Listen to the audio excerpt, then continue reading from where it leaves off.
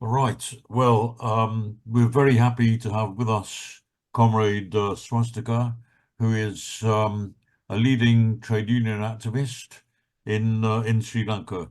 She's the leader of the United Federation of Labour, which is a independent, or if you like, politically unaffiliated union, but it's connected with the left and with the Socialist People's Forum. And Swastika is, it's also interesting to note that she is a member of she comes from the Tamil minority in Sri Lanka too. I have some questions for you, Swastika. First thing is, we know that Sri Lanka had a rich, almost a uniquely rich left tradition from really from the 1940s onwards. The first political party in Sri Lanka was a Trotskyist party, the Lanka Sama Samaja Party, which over the course of time, unfortunately, degenerated into a reformist party and joined a Popular Front government. But there were also the traditions did not die out. There were many attempts made to rebuild the traditions, even through 30 or 40 years of the most catastrophic and horrific defeats and attacks from the ruling class. The creation of a rather weak, it's true, but nevertheless an unstable, but nevertheless a Bonapartist state from the late 70s onwards, ending up with a particularly repulsive and corrupt leadership. We also had the uprisings, kind of desperate and unfocused uprisings of the JVP, representing the Sinhala youth, which was largely kind of had racist tinge or overtones to it. We had the 30-year savage civil war of the Tamil minority of the north, or the Tamil population of the north and the east, of the Tamil Tigers, with terrible bloodshed and horrific murders and assassinations in their wake on both sides, and to say nothing of the tsunami. And yet, despite all that, we saw last year how the traditions of struggle and the traditions of defiance are still embedded in the Sri Lankan psyche. So the first question I want to ask you, Swastika, is what is the balance sheet of the uprising that swept through Sri Lanka last year, the Aragalaya? Sorry, Roger, I didn't hear the question. What is represented by the uprising, by the Aragalaya? What lessons can we learn from it? Usually people would talk about the Aragalaya. They would ask the question whether the Aragalaya was a victory for the people or was it a loss, because it was we wanted the then president Gotabaya Rajapaksa was from the Rajapaksa family to resign, and then he resigned, and in his place we found another kind of a democratic dictator, a dictator of a democratic country emerging, Mr. Ranil Wickremesinghe, who is currently the president. So because of the outcome of the Aragalaya, people would frame it as that the Aragalaya was the purpose of the Aragalaya was lost, which is that people were asking for system change. They were asking for a system which is free of corruption. That was essentially it. But I would not see it as a black and white a political spectrum, but rather a more gray political spectrum in the sense there were so many spaces which opened up for younger generation and of my generation, people of my generation, to engage in politics. And this Aragalaya, over a period of 3-4 months, created that space for people of my generation and younger generation to see what mass movements and people's politics can do. And before the Aragalaya, we would always hear about the 1980s general strike, and years before that. And our older comrades would always talk about the great days of how people would come together and push for regime changes and push for system change by this mass uprising of people. But my generation, even though we saw street protests and community protests and so on, we never experienced that people coming together in a mass uprising for a state to actually shiver for at least a few days, at least for a moment, because of the people's resistance. So I think that moment of that July 9th uprising changed how my generation and younger generation sees people's movement and sees political movements, left political movements within the country. And also, if you'll excuse me, and also despite the fact that the younger generation do not frame politics in the traditional left language, for instance, the traditional class language, my generation and the younger generations, we don't really talk about, or my generation, we don't really talk about class contradictions, so to speak, as the popular politics. But so much of socialist values, for instance, the value of having a good healthcare, free, accessible and affordable healthcare, free education, and the right to these very fundamental social benefits. I think after the Aragalaya, these concepts started becoming ingrained in the minds of our generation of people. So I think there is so many things which we achieved through that. Race consciousness was brought in during the time the struggle was alive. Class contradictions and the importance of recognizing class contradictions was brought in during the time the Aragalaya was alive. And most importantly, the importance of people's movement and what happens when people come together and how you can actually shake a state when people come together. I think that's the most important learning and lessons which my generation learned from the Aragalaya, I think. What do you think is the consciousness now of the people towards the new government? What do they believe about this new government and this change after the revolt that happened? The new government, once it came to power, it also came in together with the International Monetary Fund, the IMF, entering into a monetary fund agreement called the governance diagnostic with the new president. So since the new president took over, Mr. Ranil Wickremesinghe took over in 2022, the country has been governed by an IMF dictated governance package rather than a people dictated or a democratically dictated governance model. So people have been, for the last 1 year, one year or so, we have experienced direct impact or direct consequences on the ground because of this IMF conditionalities. And one of the more concrete examples is, for instance, government is rushing through rapid privatization schemes of state-owned enterprises. Government has increased taxes so much so that people can no longer afford food. The government has increased utility bills costs. For instance, the electricity bills have almost tripled, so much so that 10% of Sri Lankan households today do not have electricity connections. So since the president took over, he and the IMF together have modeled a governance, what they call a governance diagnostic, where they have managed to place the entire burden of the economic crisis on the poor and the working class of the country. So much so that today people are surviving sometimes on 1 meal per day. So the situation on the ground is horrendous. Malnutrition is on the ground, on the rise. People are leaving the country. That is kind of the aspiration of so many people, because unemployment is on the rise and there is no opportunity here. So in one sense, there is a sense of hopelessness.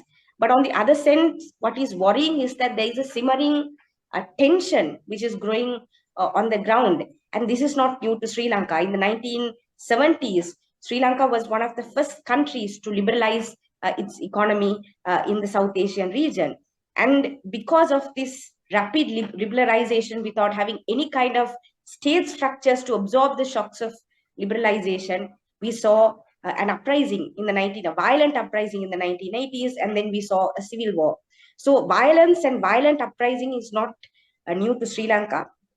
But my worry is that the arms of the state, the military and the police, have been strengthened very much by large budget allocations, by trainings and so on over the period of the last 1 year. So if there is a violent uprising by the people, the counter revolution or the counter violence by the state is going to be bloody.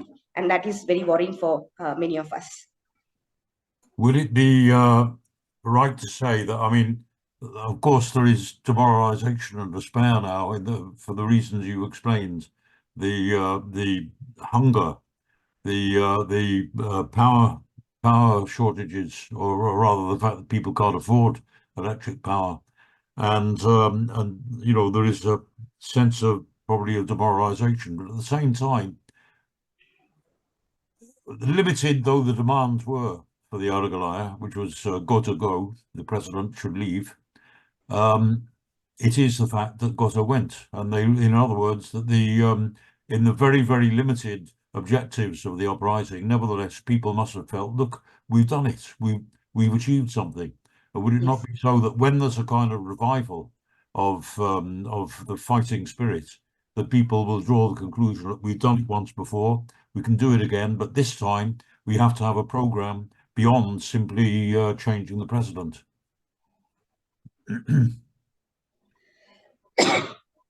Excuse me. So, as I said, the demand of the Aragalaya was, as you very correctly pointed out, it was very limited. We wanted the president at that time to resign, and he did resign. And I think the fact that people were able to achieve that. Now, this president is not any president. He's the executive president. He's the head of the armed force. He's the head of the government. He has control over the parliament. He has a right to dissolve parliament, and he appoints the upper tiers of the judiciary. So he is literally the sole repository of power in Sri Lanka. So the parliament could not control him, government could not control him, the judiciary could not control him, but a spontaneous uprising of people sent him home. So this was almost seen as impossible until it was done.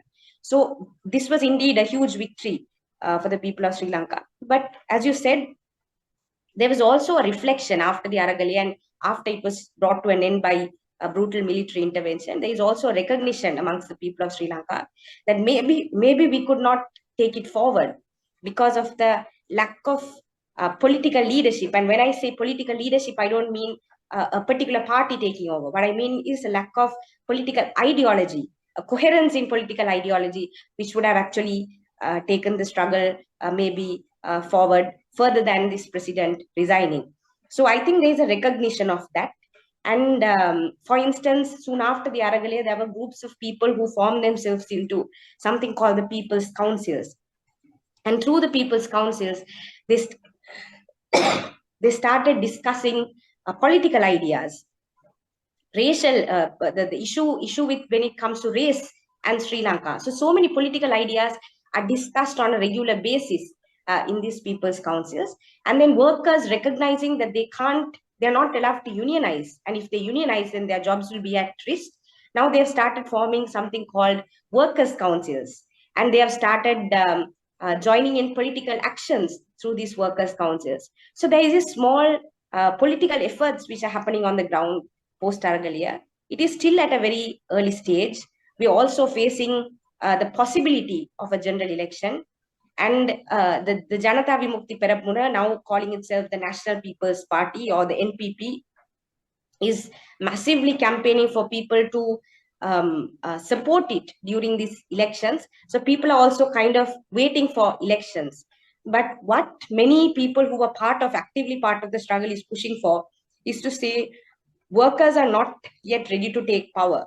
So even if a new party comes in, it's not going to be a massive change when it comes to the structures of governance. So because workers are not ready yet to take power, because people are not ready yet to take power, we should concentrate on building movements or building political spaces which used to exist before the 80s. Or our older comrades would talk about how there would be political spaces where comrades would come together and talk about politics, which did not exist before the Aragalaya. And I think with the People's Councils and the Workers' Councils, these spaces are emerging again.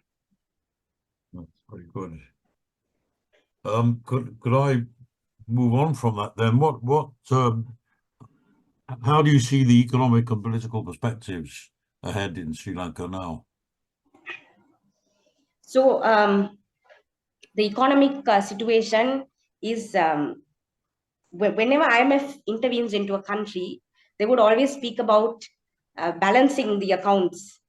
And that is their diagnostic, that if the balance sheet, if the expenses and income balance off, if the budget is no longer a deficit budget, then the IMF is happy. It does not matter what happens on the ground. It does not matter that people are dying on the ground because there's lack of food.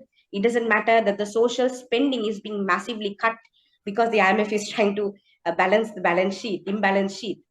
So so the economic situation, the economy is contracting rather than expanding, and we are seeing that visibly on the ground, with unemployment on the rise, with the cost of living and inflation on the rise. So we're actually seeing that happening on the ground in terms of the economy. So despite the fact that the government projects a positive economic turn, on the ground the situation is horrendous for ordinary people. And I always say this: people are not eating in a country where we have this is a tropical country where food grows everywhere, and in such a country people are not eating, and that's like a crime. And that is the economic situation. In terms of the political situation, I think the government is anticipating an uprising. The government is anticipating people reacting to this horrendous economic situation which exists on the ground. So now what the government is doing is it's arming itself with laws such as the online safety bill and the anti-terror bill and the Bureau of Rehabilitation bill. These bills, for instance, the anti-terror bill, we are just very recently it's being tabled and we are debating it in the Supreme Court. And if you look at the anti-terror bill, it actually talks about framing political dissent as terrorism, and catching mass groups of people and framing them as terrorists so that they will not be able to dissent or revolt against, politically revolt against the government without a legal backlash. So the government is arming itself with laws. The government has allocated one of the largest budget allocation for 2024 is the military budget. So the government in terms of politics is arming the military and arming itself with repressive laws so that if in the event there is an uprising, they will be able to crush it with state force. Can I follow up on this, asking you, I mean, coming from a country where the IMF was here also, you know, the IMF policies actually destroyed the economy and led to the collapse of the political system also. You know, the main traditional parties that were also elected, you know, that were always elected. Do you think that there is this prospect in Sri Lanka that the main political parties take a huge hit following the orders of the IMF? The main political parties, the existing political parties, I think they took a huge hit after the Aragalaya because politicians had lost legitimacy amongst people after the uprising. So there is a new political party which is emerging, but that political party is not really challenging institutions like the IMF. So the new political party which is emerging is not very different to the status quo parties. So it's like we have discredited the old ones, and then a new one is emerging who cannot imagine a different state than what existed before.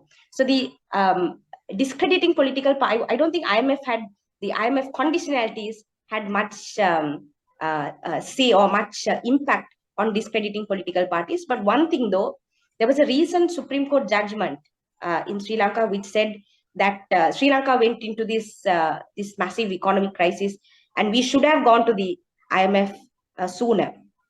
So it's kind of like we are in this economic crisis. I mean, we would not be in this economic crisis if we would have gone to the IMF sooner. So that is the reason why older political parties have been discredited, and that is also the reason now the emerging political party, which is National People's Power, will come to power, and they won't shift how we think of politics and how we think of the economy. And for instance, they have very openly said that they are not against privatization. They have openly supported, Nico, just before the interview, you were talking about private colleges. They're openly supporting private colleges in a country which has prided itself in providing free education. So it's very worrying that a new political party is emerging, but it's no different to the status quo political parties. Is that the party that the JVP is part of? The National People's Power. Yes, the JVP is the main party in the National People's Power. And I think the JVP kind of has covered itself or cloaked itself in this coalition called the National People's Power, because the JVP does not want to, JVP kind of wants to detach itself from this violent past which they had, which they kind of see as shameful as of now. So which is very odd, because it was a violent uprising, and there was a lot of people who died, but there was an economic reason or a basis why people came with that uprising. So it's very strange and very unfortunate that the JVP is trying to distance itself from that political history of theirs. Yeah. Another example of a party with a tradition of guerrilla struggle ending up as really another bourgeois party, another alternative pro-capitalist party. JVP is exactly that, or rather the NPP is exactly that. Sorry, Nico, do you want to? That really leads on to the question of how do you see the prospect for rebuilding the left in Sri Lanka, especially bearing in mind the very rich early traditions, really almost unique in the ex-colonial world. What do you think? How do you see the future? We are in a very deep crisis. I don't think Sri Lanka has been in such a bad crisis. The last time we were in such an economic depression was in the 1930s. So moments of crisis can swing the pendulum to the right or the left. And if we organize correctly, if we get workers together, if we form alliances between the peasantry, the farmers, the fishers, and the workers, I think we can actually swing the pendulum to the left, because we have a very strong socialist tradition, and our constitution recognizes that also. So I think, I don't think we are organizing enough, reflecting on what's happening right now. I think the trade unions do not want to move out of their comfort zones and organize workers who are particularly in the informal sector. And because of unemployment, the informal sector is becoming stronger.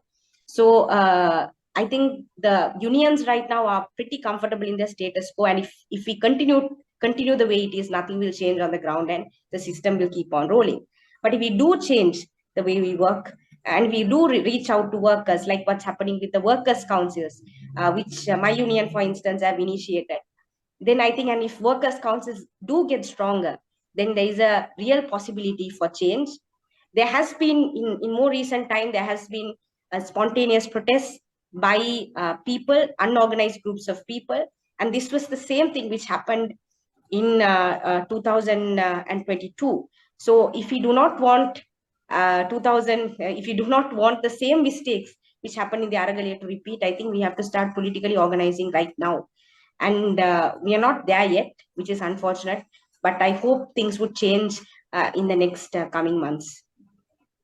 Can I ask, in that connection, I know that there's been a split in the JVP and the development of a left a split off, as I say, called the Frontline Socialist Party. How do you assess that party, and do you think it will be able to develop into something a bit more significant? I think it's trying, particularly it's working with people's movements. For instance, Frontline Socialist Party is very, it actively participates in people's councils.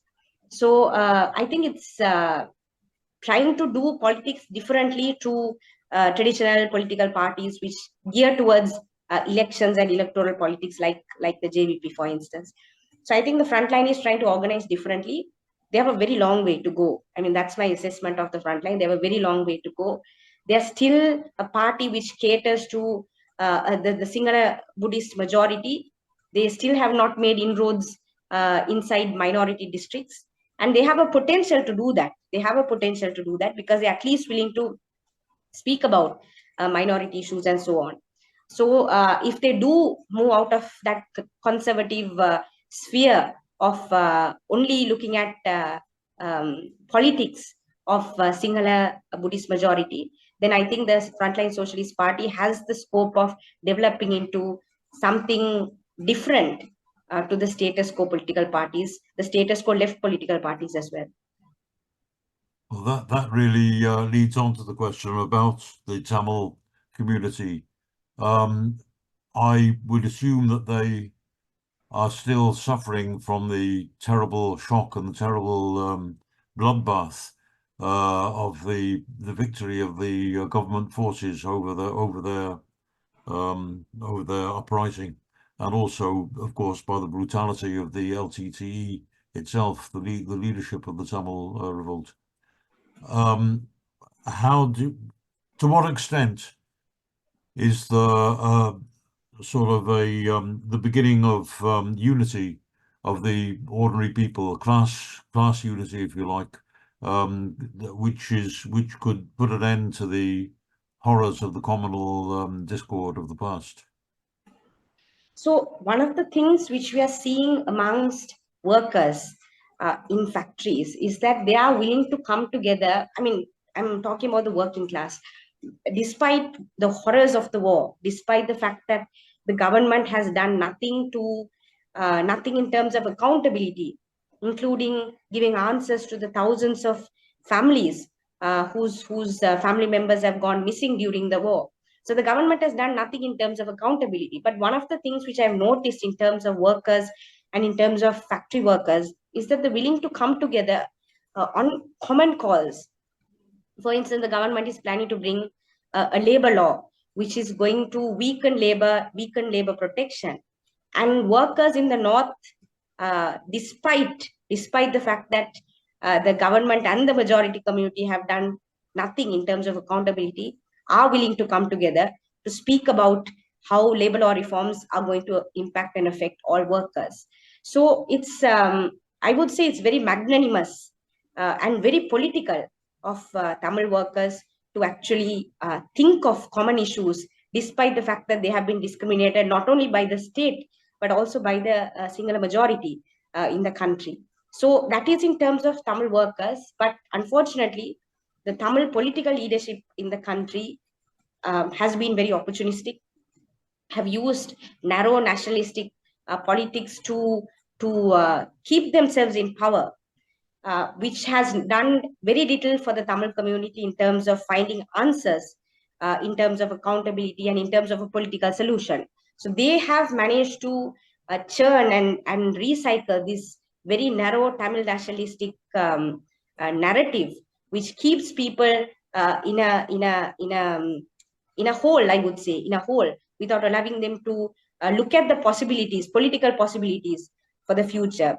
And given the fact that we are also operating inside a country where the government, the Sinhala government, is also very happy with the fact that they can keep on again recycling this racist Sinhala nationalistic narrative, it kind of feeds into each other and keeps people trapped in a certain state. So I think the political leadership and the elite of the country, whether it be Sinhala or Tamil, they are using racial divides for their agenda, for their own political agenda, like what they have done for the last 40-50 years. But there is a hope and a possibility when it comes to the working class, and that is what I'm looking at when I think of political change for the country.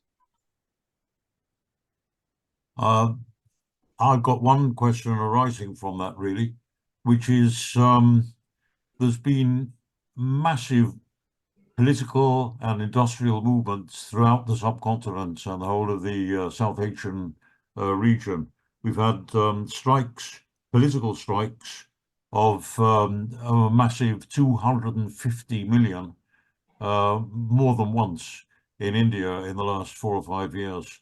We have, of course, political upheavals in Bangladesh, in Pakistan, of course, civil war in Myanmar, and so on.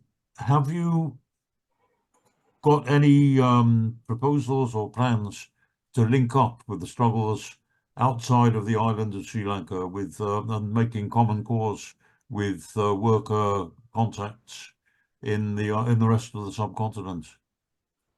One of the things which we are looking at very seriously is how do we connect countries to come together on this debt question, on this question of odious debt, which is trapping third world countries and post-colonial countries.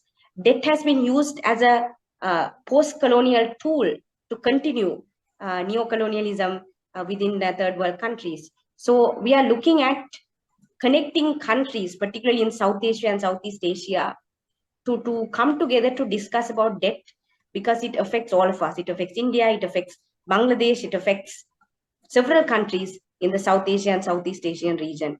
So that is one way in which unions have been connecting on the question of debt. When workers are attacked by state, of course, we send out solidarity statements and so on. But I think we have to look at issues which affect workers. For instance, I was talking about the labor law reform. This labor law reform is actually modeled on the Modi's labor law reform, which came to India 4 or 5 years ago. So when we speak to unions about their experiences of what it is to be under a flexible labor regime, they would tell us what it is. So there are dialogues and discussions through which we also are building solidarity.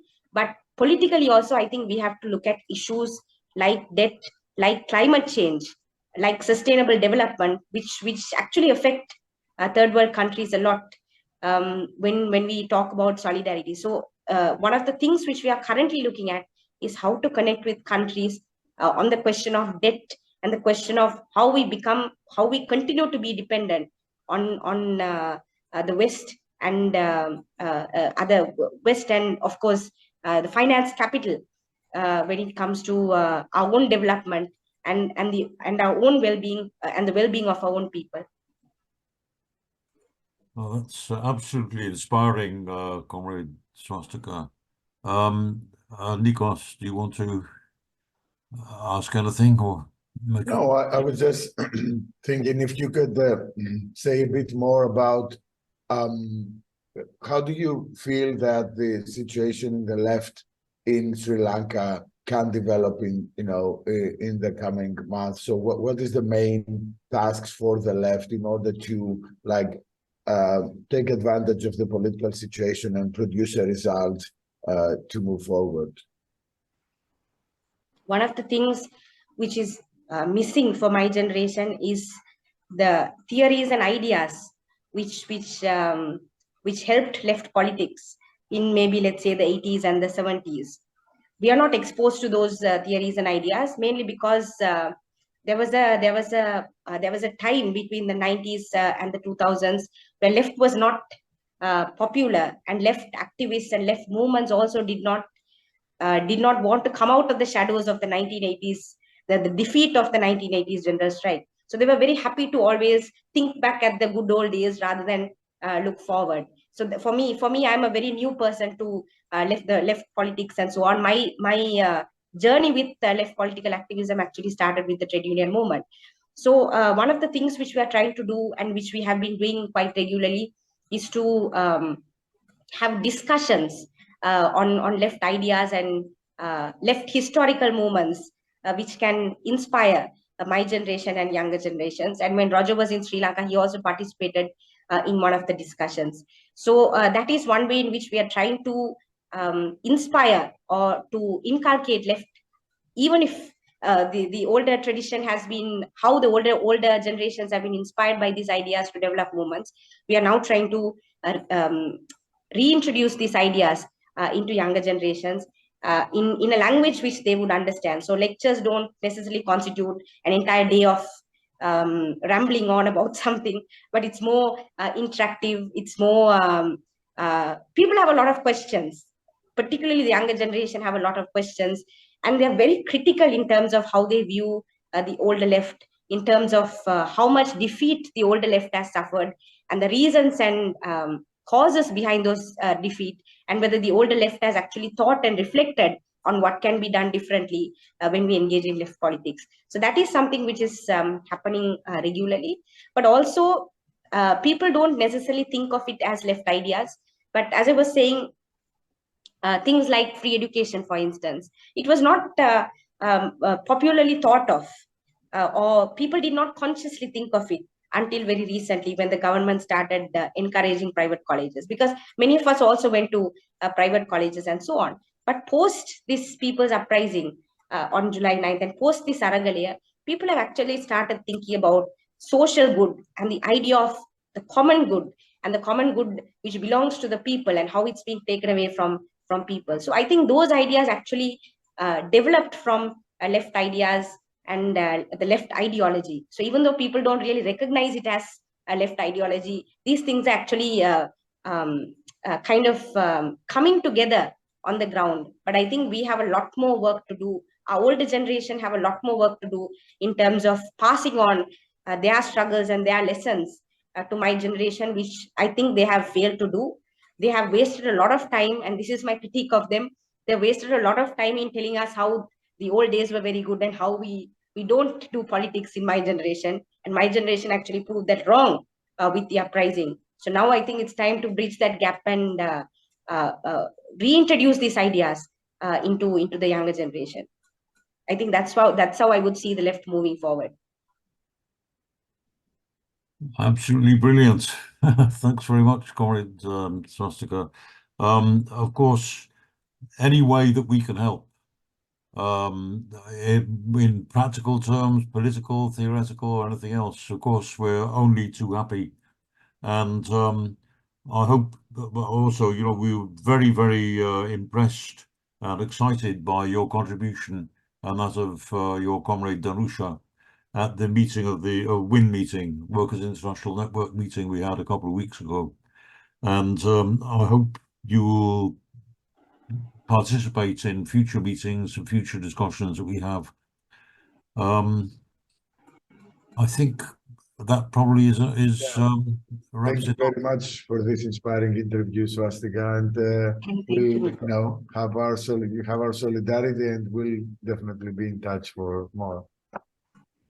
Yeah, let's be in touch. Keep in touch, definitely. Yes. Okay. Thanks, comrades. Thanks very much. Thanks, Roger.